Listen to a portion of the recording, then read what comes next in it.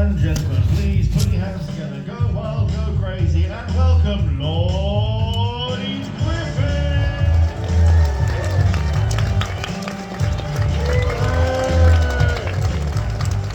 Hello, good evening, Charlie. How are we doing? Are we good? Yeah. Thank you so much for coming. God bless you. Thank you very much. First and foremost, got to mention the fact that there's a problem with the roof, so we're not allowed to sell the back bit, which is why that curtain's off, and absolutely nothing to do with the fact that I couldn't sell the rest of the tickets. So anyway, let's get going. I've also got to mention this was a show rescheduled from early on in the year. Just give me a cheer if you did have a ticket from early on in the year. Yeah. Thank you so much for sticking with me. Basically, the situation was, I'm a comedian. I mean, a few of you are not fully on board yet, but I'll win you over. But I also do some acting as well. And I basically went for an audition, didn't think I was going to get it, and I got it. And I had to basically just fuck off. Basically, are you all aware of the BBC hit show Death in Paradise? Oh yeah. Well, I'm not in that. Okay, so I wish I was. No, but there's a franchise. They've done a spin-off in Australia called Return to Paradise. Basically, similar to format where basically it's a whodunit. Someone gets murdered every week, and they figure out who's done it. And I'm basically cast as one of the main characters, so I had to basically go out and do that. So very sorry for having to rearrange, but thank you very much for sticking with me. Give me a cheer if you've bought a ticket since the spring. Fuck you all. I'm just joking. And also, I'm wearing a hat as well. Like, if you've seen me do stand-up before, you'll know that I don't usually wear a hat. And the reason why I'm wearing a hat is because just over a month ago, I had a hair transplant. And I'm still getting used to being on stage without having like hair. So do you want to have a look at it? Yes. Okay, 1, 2, 3. This side, very happy. This side could not give a shit. Well, just a bold bloke, mate. I don't know why you're fucking kicking off about it. Just give me a shit if anyone's had a hair transplant. Just me. Okay, fair enough. So I had it done over a month ago, and I'm going to talk about it in the second half of the show, but it's been quite exciting, and I'm still a little bit kind of like, oh, do I wear a hat or do I not wear a hat? So I think, fuck it, I won't. Oh, that'd have been so good if it had actually gone on there, wouldn't it? But it hasn't. The format of the show as well, like if you've seen a comedian on, actually, do you know what, I'm going to have another go, I'm not just going to give up like that. Okay, so I'm just going to not wear my hat, so I'm just going to put it on there like that. This is the show, okay, until we get it done, and then we'll just go, okay. So I'm not going to wear a hat, I'm just going to put it over there like that. Legend. So, format of the show, if you've seen a talk show before, a stand-up usually throws someone out before to do support. And if you've seen me do support maybe for Jack Whitehall or Rob Beckett in the past, that's been my job. I've got a support act, but I like to do support for the support act. It's a bit weird, but I like to just chat to the audience and kind of like do the warm-up for them. So I've got a chap called Joey Page. He's bloody brilliant. You're going to absolutely love him. He's going to come out in a minute, and then we'll have a break, and I'll come back and do the show where I talk about me hair transplant and a series of other things. So that's what's going to happen. But I just like to talk to people because usually you have lunatics that are in the crowd, like absolutely. Like, so, hello, mate. What's your name there, pal? Lewis. Chris. Nice to meet you, Chris. Where are you from, Chris? Lewis. Lewis. Yeah, good start. Lewis. Yeah. Where? Down in Brighton. Oh. What did I call you? Chris. It did sound like Chris. No, yeah, fuck off, Lewis. Sorry, mate. No, right, can you just talk me through what happened? Because you're like a witness here. Like, so I went, hello, mate, and you went, hello, and you said, what's your name? And what did I call him? Mark. Chris. But can you say your name again? Lewis. What? Did you say well done? Sorry, is your family in? Lewis, Chris. Yeah, okay, so your name's Chris. Lewis, your name's Lewis. Shit, I'm not even joking now. So your name is Lewis, not Chris. And where are you from? Cardiff. Not Lewis. No, okay, Cardiff. So you're called Lewis, and you're from I'm not going to be able to remember this, I don't know why. So Lewis from Cardiff. What are you doing here? You sound like Richie Patel. You got your papers? No, wait, get back, you bastards. Lewis, what are you doing in England? That's patronising, isn't it? No, you live here? Yeah. In Chorley? Yeah. Okay, now that's an upgrade, isn't it? I'm joking, I love Chorley, honestly. So so you moved from Cardiff to Chorley for work or for love? For love, yeah. For love? Oh, well, this lady? I fucking hope it is. Bit of a weird backstory, isn't it? Hello, when I say love, I don't mean that patronisingly as in the 70s. I mean, is it the love that he moved from Cardiff? What's your name, madam? I'm Eleanor. Eleanor, nice to meet you, Eleanor. Are you from Chorley? I am. Yeah, fucking hell. Why was your Tinder search you two? Jesus Christ. Surely, fucking no. How did you meet? At uni. Oh, which university? At Liverpool Hope. Liverpool Hope? Yeah. Irony. I'm off to Liverpool Hope. What is that? What is that? Is that like a Christian one? I think it might be. It's got a really big church like in the campus. Oh, really? That is That's in why we went. not why you went. Alright, virgins. I've never even heard of that. I've heard of Liverpool. I've heard of Liverpool John Moores, but I've not heard of Liverpool Hope. What did you study, Eleanor? I did philosophy. Philosophy. Well, I think the clue's there, yeah. What did you do? I was the teacher. Teaching. Oh, right, okay. Get off staring over there. Jesus. Oh, right. And then you decided to move to Chorley, and is that where you're from, Eleanor? Yes, I'm. All right, so I didn't give him a choice. you give him a I gave him choice. Chorley or bust.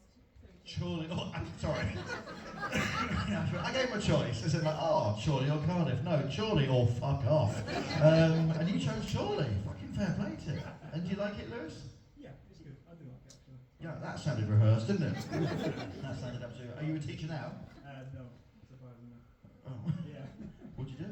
I work in procurement now. Procurement. Yeah. What's that? I basically buy things for the councils. You buy things for the councils. What are you buying?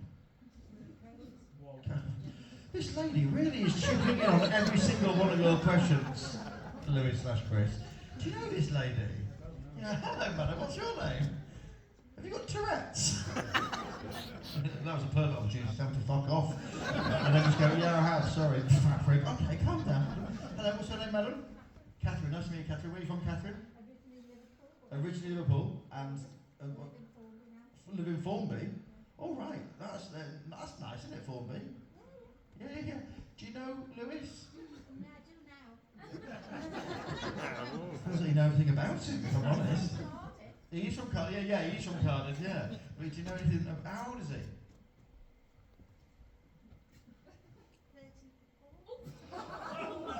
Fucking hell. Oh my god, that's unbelievable. I'm going to guess 23. that's much nicer, thank you. 25. 25. You know what? Let's do it the other way around. Let's do it the other way around. I've just got the V's and it does. Welcome to Chorley. Where did you meet at university? On a night out or in a campus or a church? On a night out. On a night out, whereabouts? Oh, as in like. Fucking Aintree. That was quite quick, if I'm honest, because he just said a noise of a horse. And I said, oh, Aintree. And it got a lot less than it deserved, if I'm being really honest. A night out, but you can't remember because you were shit-faced the whole time. Yeah. Oh, fair enough. And you're in love and stuff? Well, I guess so. You moved to fucking Chorley. Jesus Christ. Yeah, take that as the end. No, well, thank you. Can we give him a round of applause if that's all right, Em? 34. I forgot your name already. I'm so sorry, madam. That's very nice, Catherine. And who are you here with tonight, Catherine? My friend. Hello, friend. Special friend. Special friend. The fuck is going on here? Why did I not go to row 2 first off? Catherine and your special friend. Well, like, special friend is in that you've known each other for ages? Yeah. Birthday twins. Oh, born on the same day. What year? What's your name, special friend? Glenda. Nice to meet you, Glenda. And how did you and Catherine meet?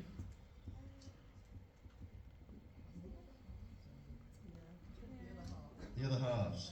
Yeah. Right. They're not friends anymore, are they? They're not friends anymore, are they? Yeah, just say dogging.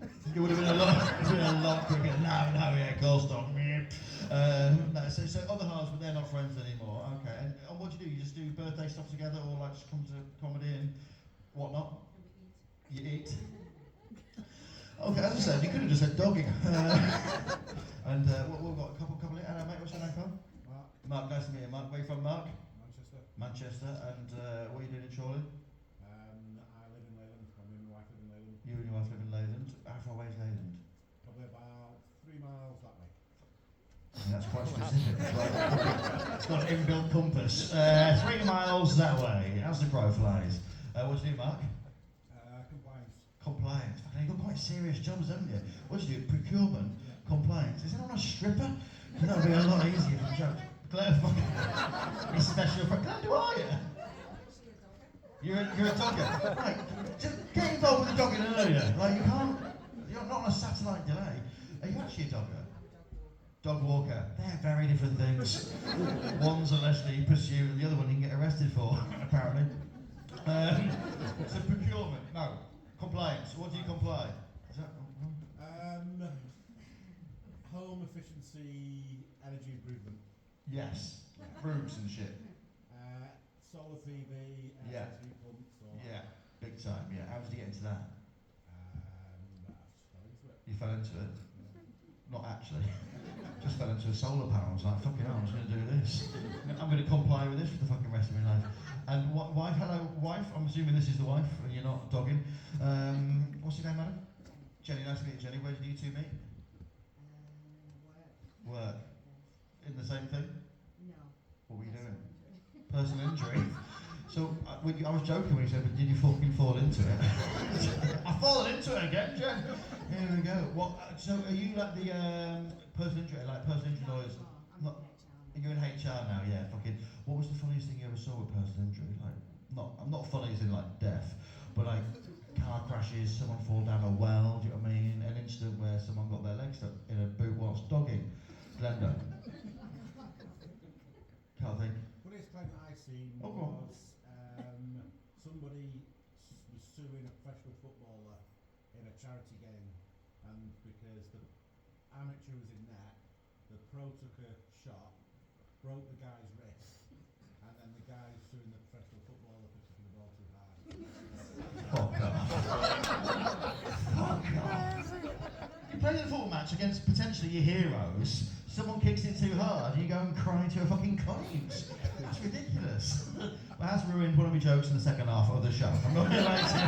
I'm not even lying. I've got a joke that's very similar shit, and it's based in the northwest, but I guarantee you it's not me. Fuck off. Who was the footballer, can you say? You don't work there anymore, so you can say. Tell us who it was. David May. David May. Oh, the fucking defender. Yeah. But he was in the game where David Bruce broke his leg as well, wasn't he? Yeah, just one bloke over there. Fucking compliance. Yeah, he was. Yeah, fucking hell. Oh, fair enough. Well, thanks very much for coming. Who do you support? United. I wish I'd asked now. is Charlie? Any of you support Charlie? Yeah. Oh dear. Hello. Oh, yeah, you madam. Hello. And you sir? He's left. Okay, fair enough. My mate used to play for Charlie back in the day. Charles Vernon. He came out on loan a few years back. Oh, do you remember him? Do you actually know him? Yeah. What about us? Oh, you're a Grimsby fan? Fucking hell, I should have mentioned it. Anyone from Grimsby? Hey! Just here, literally. Just here. Hello, mate. You're right. How are you? I also support Sheffield Wednesday. Say again? I also support Sheffield Wednesday. You may as well tell him a paedophile, I think. You've got a better reaction than that. Hello, mate. What's your name from Grimsby? Rick. Rick, nice to meet you, Rick. What are you doing, Charlie? Teaching. Teaching? Yeah. Fucking hell. Like in a school? Well, I'm in Wigan. You're in Wigan? Fucking hell, fair play to you, mate. Jesus Christ. Can't be easy. Where in Grimsby do you live? Claythorpes. Oh, fucking same here. That's where my mum lives.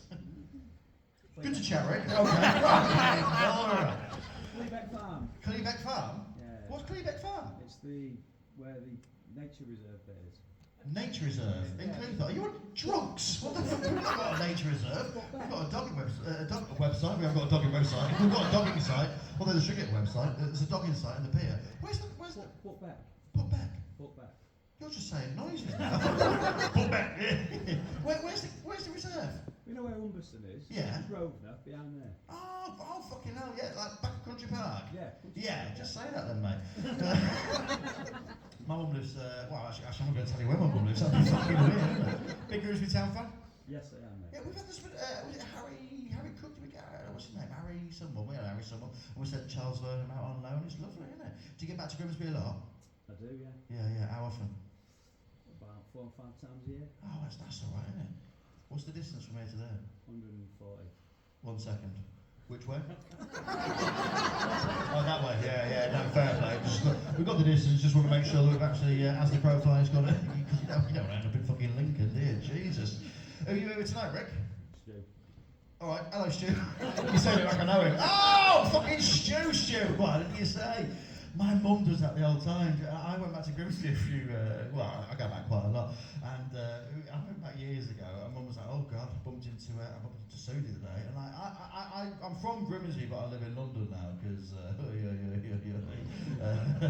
someone's doing pretty well, my landlord. Anyway, so, I was like, right, I bumped into Sue today. I was like, who's Sue? She went, you know Sue, as if saying it twice. But, oh, fucking yeah, Sue, why didn't you mention that the first time? I was like, I don't think I know Sue. She went, you do know Sue. She went, you went to school with her, Charlotte.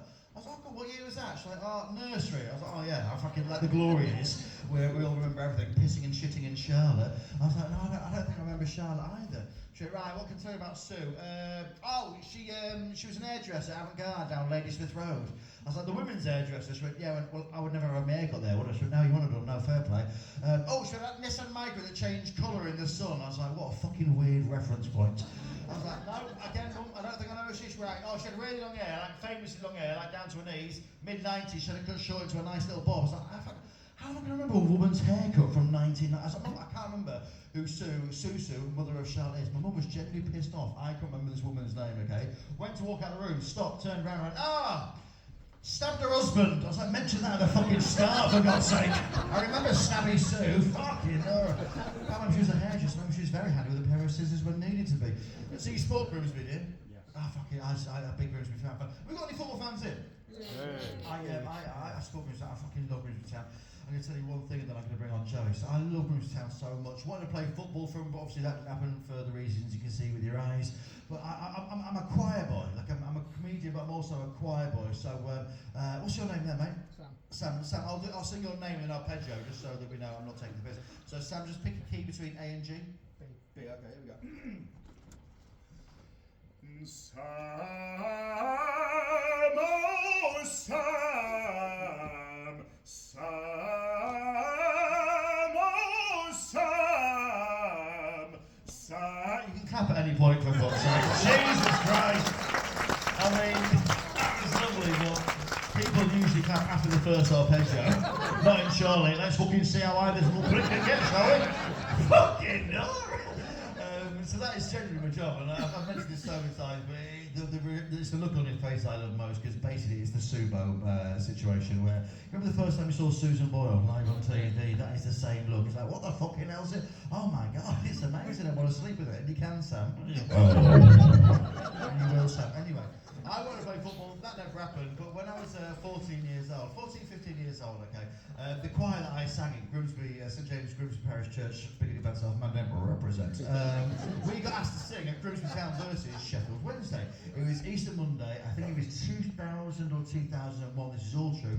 And I was like, we got this letter to my choir master, we've been asked to sing Grimsby Town versus Sheffield Wednesday, Easter Monday, a big gauge. I mean, when we used to be rivals before we became shit and you still shit. I was like, oh right, well I'm not going to do that. He's like, why? I was like, well they sing horrific things at football matches. I know, because I'm usually one of the pricks doing it. Do you know what I mean? I had a season ticket in the pontoon, the kind of like the Jeremy Kyle stand. I was like, no, I'm not doing that. And the choir master was like, how about we wear our own clothes? Do you know what I mean? Just go like mufti day. I was like, nah, they're still going to sing awful things. And my two best mates, Timmy and Brent, who I sit with in the pontoon, like, look, Lloyd, you're too fat to be a footballer. Do you know what I mean? But you're just the right fatness to be a singer, and you're quite good at it. Why don't you just go out there and fulfil your dream of singing on the pitch? I was like, I'm not into, I don't know. And they kept kind of like persuading me to, look, honestly, how many times are you going to get up there and you're a really good singer? Just like combine it, fine. I went and did it, and we went to Blundell Park, and we sang a number of songs. We sang the national anthem, then we sang Jerusalem, then we sang We Piss on Your Fish in a 4-part choral harmony, which was one of the weirdest things I think anyone's ever fucking witnessed. Literally 20 choir boys going, we only sing, we piss on your fish, yes we do, yes we do. We piss on your fish, yes we do, yes we do. We then sang the famous chant, which is just 6 claps and the literally the word fish, which was fish. Fish. That went on for 4 minutes. And then we're singing our pièce de résistance, which is we only sing when we're fishing. And what we've done there is we've just changed the words from we only sing when we're winning to sing when we're fishing, because as you know, mate, we don't fucking win. We'll buy fuck and we fish.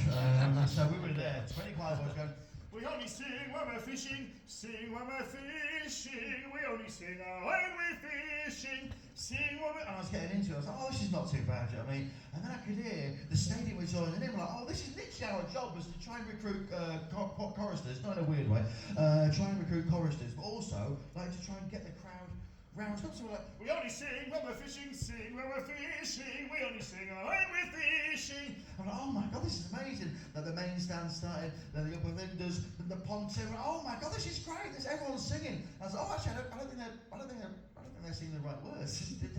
Actually, it's a bit of a different tune what they're singing. And then as I was singing, I realised they were singing an entirely different song. So we were there, giving it. We only sing when we're fishing, going, and then we could hear them going, I am in the green. Oh, it's the fabric. Oh, it's the fabric. Oh, it's the fabric in the green. Oh, it's the fabric in the green. Oh, for fuck's sake. Oh, it's the fabric. I mean, mate Ash like just cheer him. I was like, what? I mean, just fucking cheer him. That is the only way they're going to stop that. Oh, it's the fabric in the green. Oh, it's the fabric in the. I was just going. Way! The whole of Blundell Park cheered, which was the greatest and worst day of my fucking life. So I was like, this should be a moment that I'll cherish forever. I was like, oh, yes! And then just ran down the tunnel, like crying and shitting myself. It was like being back at nursery again. And I was like, oh my god. I changed my top from my green top into the little black Griffith tracksuit top that I had on. And I waited about 10 minutes for it all to settle down. Then I went to the back of the stand where I was sitting with my mates. And they were there. And Brendan was pissing himself, but Timmy was like, oh my god, mate, fucking hell. I was like, oh god, that was awful. But honestly, when we go back to school after Christmas, after Easter, let's never, ever mention this ever again to anyone. Like, honestly, oh god, we're so sorry. I was like, mate, honestly, you were just trying to, like, you know, push me to do me two laws, but that never, look, honestly, let's just never mention it again. He went, no, we're sorry, because we started as the chant as a bit of a joke, but he just got out of hand. Fucking dickheads. Should have been the best night of my life, it was actually the worst. And also, as well, you fucking 1-2-1. Kevin Pressman, what a prick. I'm going to bring Joey on now. Honestly, you seem lovely. It's a Monday night, but thank you so much for coming out on a Monday night in the pissing rain. I mean, thanks for fucking moving to Chorley, Chris Lewis. I really appreciate it. And you could be in a fucking lay by now, Glenda, with an absolute mouthful. Anyway, so, but you're here on a Monday night, and I can't tell you how much I'm very appreciative of it. And hopefully you'll fix that roof so I can sell the back out. Anyway, so what I'm going to do is I'm going to bring Joey on. Joey's fucking brilliant. You're going to see a lot more of him. He's absolutely fantastic. So what I'd love you to do after three, if you can just clap, cheer, woo, let's bring fantastic Joey Page onto stage. So ladies and gentlemen of Chorley and the surrounding areas, 1, 2, 3. Go on, go crazy, welcome, Joey Page!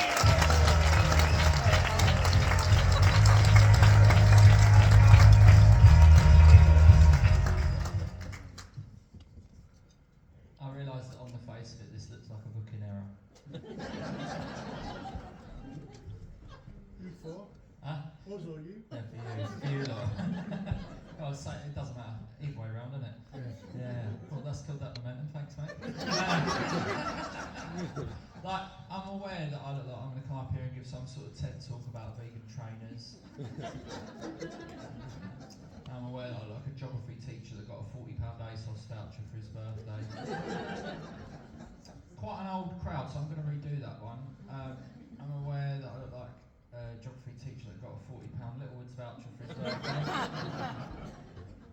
And I'm aware that if a kid was to go missing, I'll quickly become a person of interest in the local area. So yeah, hello everybody, my name's Joey. It is always a bit weird when someone says, oh, I brought my mate along that I didn't tell you I was bringing, and then he turns up and he's a bit weird. Do you know what I mean? I'm going to be better at this than you think I'm going to be, don't worry. Oh, that's the first time you've laughed, okay. That one person with a very terrifying laugh. Who's that, you? Yeah, guilty. Guilty, I like that. Keep it up, yeah? Yeah, I'm sorry. No, I thought it was you. Where's it coming from? Cool. Okay, I'll just do material, shall I? I've been trying to work Chorley out. Obviously, I looked up that it was a market town, which, as we all know, is Latin for fuck all has happened here for hundreds of years. All I was trying to say about my look was like, I'm aware that I look like a bit of a prick, and that is mainly because I am. Like, I'm one of these people. You know, you see somebody indoors in sunglasses, right? I'm not that, but I've taken it a step further. I've started wearing sunglasses on the tube. Now, What that is, guys, it's like a bus that goes underground. You fucking love it. Right, I was on the tube with my sunglasses. I got off at my stop. I went to go up the escalator. I went to grab the handrail, but I missed because it was too dark.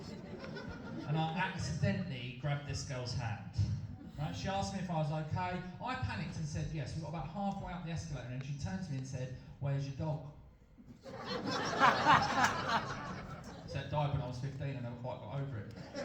She said, "Have you not got a stick?" I said, "No, dog don't need no stick." Then I worked out what she was talking about. Well, then we'd run out of escalator and just stood on the concourse holding hands. I didn't know what to do. One thing led to another. Now I've got this arrangement every Tuesday. She picks me up. We go shop at Tesco's. Her name's Abby. She's nice. It's actually gotten quite old. We're about 8 weeks into the arrangement, right? And near enough every week she always goes, "You know, I can never remember where the eggs are." And I know, but I can't show her. So yeah, I'm from a bit of a shithole, right, in South London, and I moved to the hipster bit, Shoreditch, where all the wankers live. And since I've moved there, I've changed. Like, I'm now getting invited to more dinner parties than I am house parties. Now, you seem quite young over here. You might not necessarily know. How old are you, by the way? 16. 16. Oh, okay, that's good, because you look way younger than that. And I was like, we might have to check what swear words he knows and that sort of thing. Because I did have a gig recently. Somebody in the front row, it was a music festival, there was a 7-year-old in the front row, and I was like, I didn't know what swear words I couldn't use, so I just went to him, I don't need to give me the words, I just want you to give me the number. I said, "How many swear words do you know?" They gave me the letter A. He said 1. I said B. He said 2. I said S. He said 1. I said C. He said none. I said, "There's 1, it's cunt." And I've been banned from that festival now. So I just wanted to check. But you might not necessarily know what a dinner party is, right? What a dinner party is, it's a house party for people who've given up. Like the only tabs being dropped at a dinner party are in the dishwasher, you know what I'm saying? The only drug being chopped up is Gaviscon.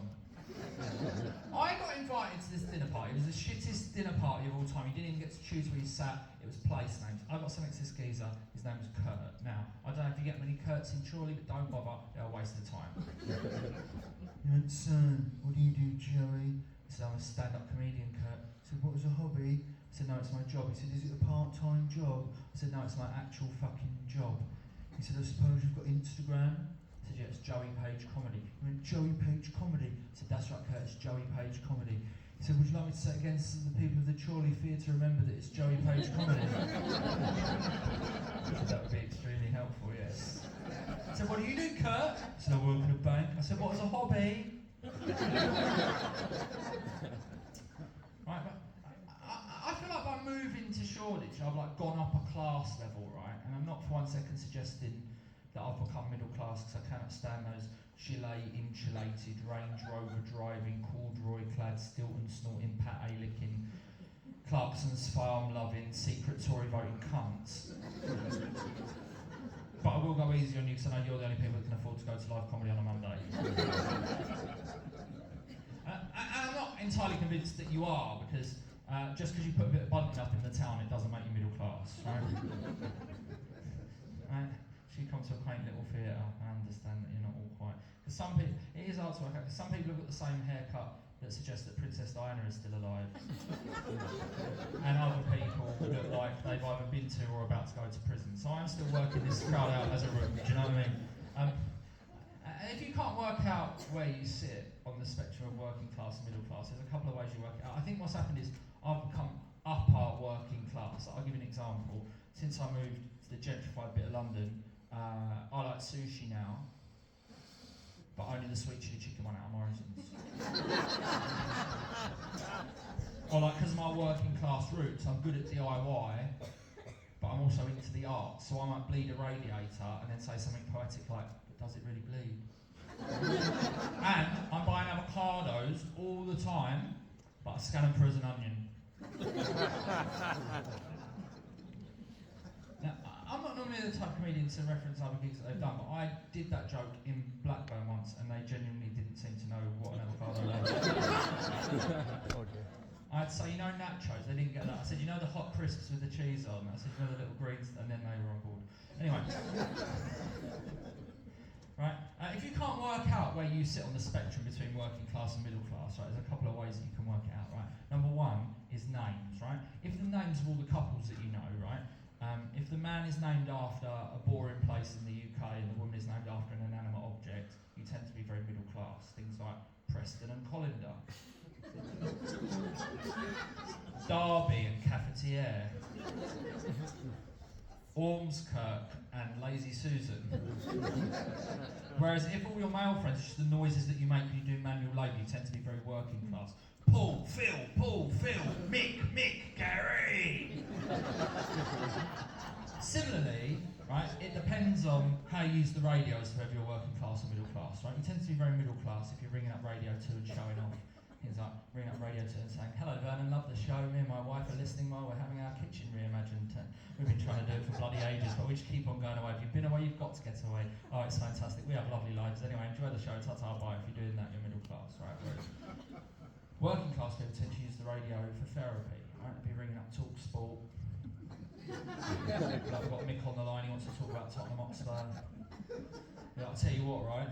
Tottenham Hotspur, every time you think they're going to qualify for the Champions League, they always let you down. Chairman never spends enough money on transfers, I'm sick of it. Like, they won at the weekend, we're only 5 games into the season, what's the real problem? Like, my son's grown a moustache and a mullet and I'm worried that I failed him as a parent.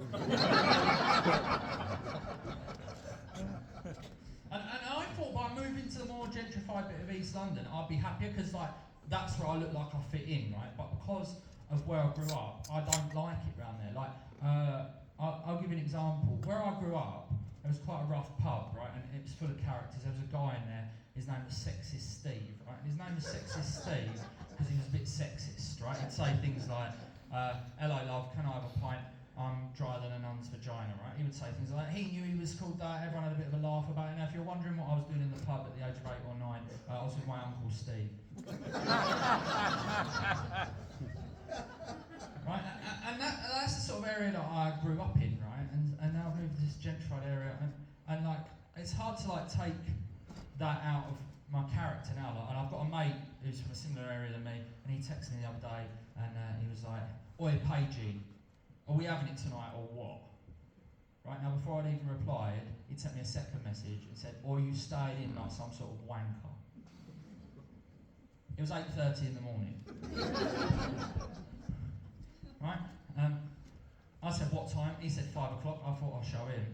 What kind of wanker would be in the pub at 3 o'clock? Nobody, they'd be at home wanking, right? So I got in the pub early, right? I was all juiced up, I was ready, we'd had a bit of banter back and forth, right? I bowled into the pub, but the problem was the pub that we was meeting in was a gastro pub. Now, if you've never been to a gastro pub before, it's like a pub if they turn it into a fucking museum, they're horrible, right? But the problem is with the bar stuff in there, they've all had training, right? So I bowled in all juiced up for a big night out. I bowled in, the barman said, "Can you go out and come back in again properly?"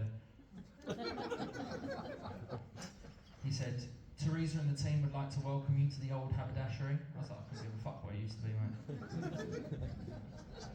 He said, "My name's Oberon, I'm going to be your drinks experience manager."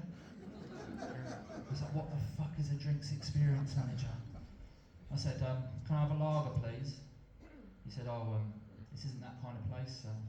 He said, "But we do have a lovely Pilsner." Now, I didn't know the difference between a lager and a Pilsner, but it turns out it's £1.80.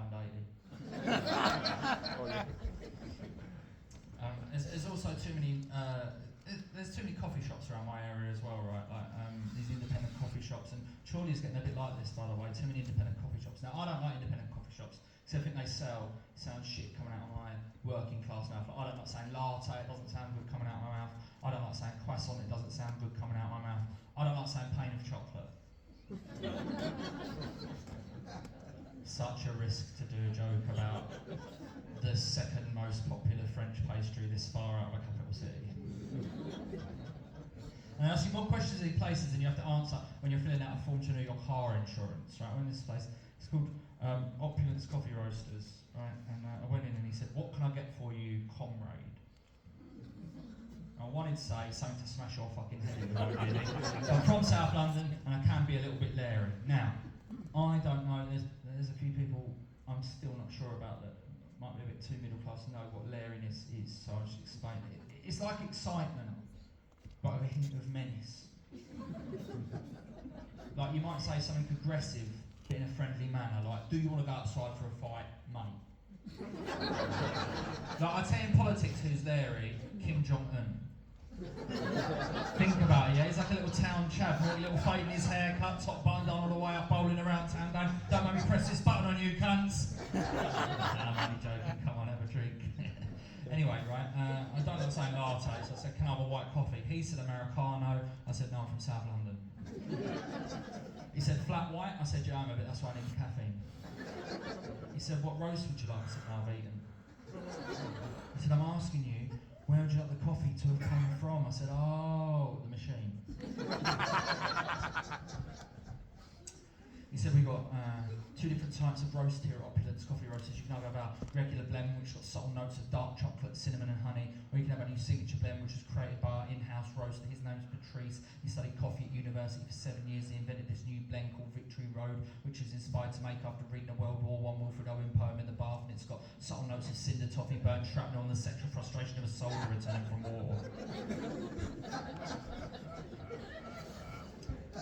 Bless you for doing most of the laughing that one, man. Alright, and quite frankly, that bit normally does get a round of applause, but if you weren't to give it to Lloyd for singing, you weren't to give it to me for speaking fast on a bit that I wrote myself. Do you know what I mean? No, fuck off, I don't want it. No! No! No, I don't want it, but I'll say more. He said, what milk would you like? I said, oh, I'll just have milk. He said, what kind? I said, blue. He said, do you mean cow's milk? I said, yes, mate, fucking milk. He said, well, we've got a policy here at Opulence Coffee Roasters where if the milk comes from a living, breathing being, we have to tell you which living, breathing being it's come from, so you know the stresses and struggles that living, breathing being has gone through to give you the kind of milk that you want in your coffee. Like, did you know that when the cow gives birth to the calves, the children are taken away from the mother straight away while she's crying out in pain and suffering for her kids to be brought back to her? Great big machines being plugged onto her udders and milk's being pumped out of her 24/7 just to give you the kind of milk that you want in your coffee. Is that the kind of milk you really want, you fucking monster? And I was like, yeah, milk. He's like, well, I'll put that through for you, sir, but I must remind you that here at Opulence Coffee Roasters, we're actually cashless, cardless, and now for the first time ever contactless. To pay for your coffee, it couldn't be simple. All you've got to do is scan the QR code. However, because this is a grade 2 listed building, we haven't got a lot of phone reception in here, so to scan the QR code, you need to log onto the Wi-Fi. So onto the Wi-Fi, you need the Wi-Fi password. The Wi-Fi password is simply the word opulence. That's O for organic, P for pretentious, U for understanding, L for local produce, E for environment, N for new wave, C for community, E for Etsy. We've got an Etsy page. Please buy a mug or a t-shirt. Then, once you're logged in, all you've got to do is put your name, your address, your postcode, which hospital you was born in, how many fillings you got in your fucking mouth, your blood type. Then it asks you for your Instagram handle, so I put Joey Page Comedy.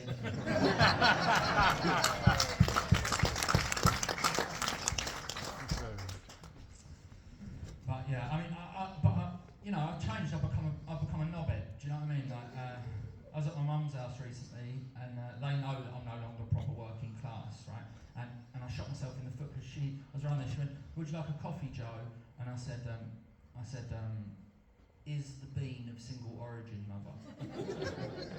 She said, "Don't be silly. There's no beans in coffee. It's granules."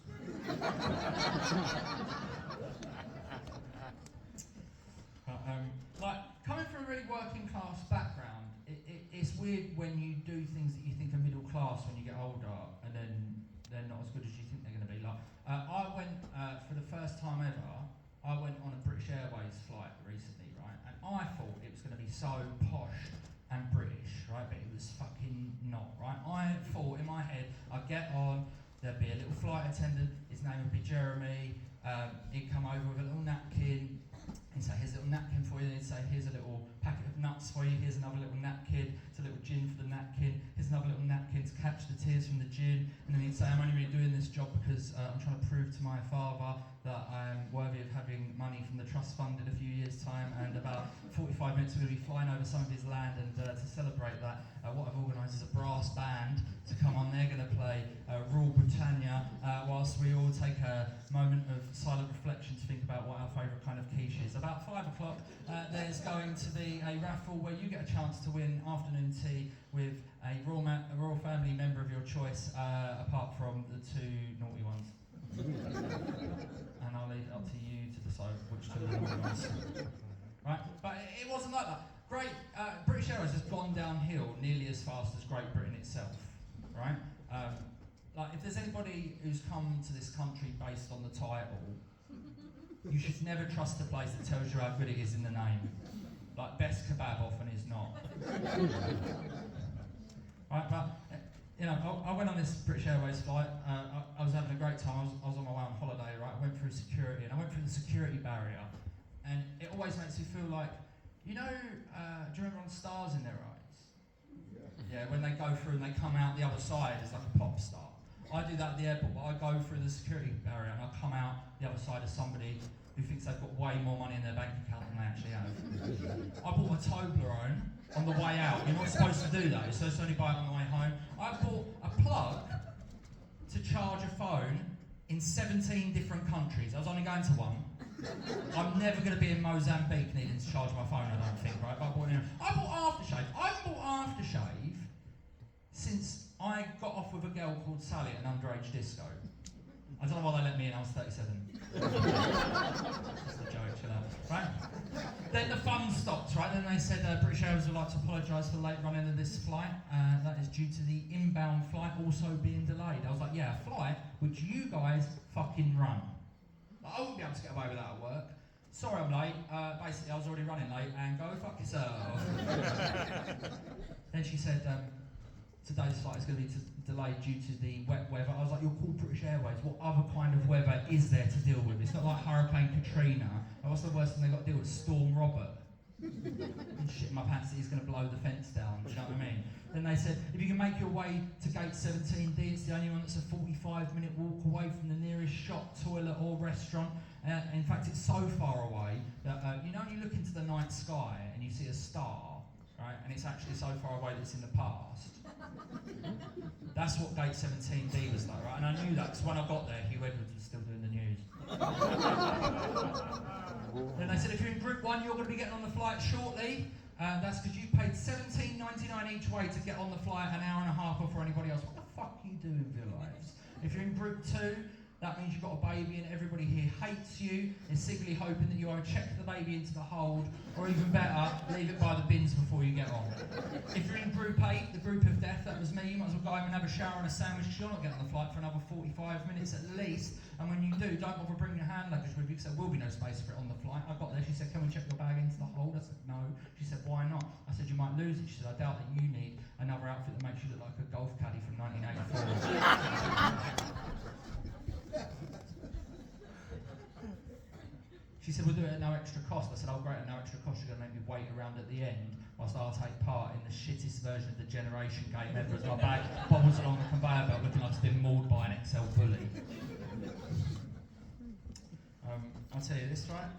I got mugged. Oh, thank you. What a pantomime crowd. I got mugged. Huh? Oh, no, we're not. Oh, nice. Okay. Do you want to do 5 minutes? Yeah, you got the beard for it. Getting ready for Christmas. Oh yeah, okay. God, well, I can't wait to read about that in the local paper. Like, I mean, genuinely, I was only joking about being a pedo, but you've really let that go there, right? Good on you. I'm absolutely terrified of him, to be fair. What's your name? Neil. Yeah, just need that for the report, I think. Nice one, Neil. I got mugged, right? I'd never been mugged before. It was quite a terrifying experience. These two guys came up to me, faces covered, hoods up, big fucking knife. Said, don't move, don't make a noise, give us all your stuff. I was like, whoa, fellas, I'm blind. They were like, what? I said, sorry, wrong joke. They said, give us your phone. I hand over my Samsung Galaxy S5 Mini. He was like, what the fuck is this? I said, it's a Samsung Galaxy S5 Mini. He said, mate, it's got a broken screen. What am I supposed to do with that? I said, if you get the screen fixed, I'm sure you can still turn a profit. He said, mate, it's going to cost me 40 quid to get the screen fixed. I said, you can get screen fixed for 40 quid? That is so good. Then I handed him the charger. He said, why are you giving me this? I said, well, if you're keeping the phone, you're going to need it because the battery won't even get you home. Then it got worse, right? Started going through my bag, all my personal belongings, right? He pulled out this little plug adapter. He said, what's this for? I said, in case you take the phone to Mozambique. Then he pulled out my notebook. He said, what's this? I said, it's my notebook. He said, what for? I said, for my stand-up comedy. He said, you're a stand-up comedian? I said, yeah. He said, what as a hobby? I said, oh, fuck. He said, I suppose you've got Instagram? Guys, you've been really lovely. It's been so great to support Lloyd on this tour. I've seen the show loads of times, and you're going to have a really great time in the second half. So thanks very much for coming out. I've been Joey Page. Cheers.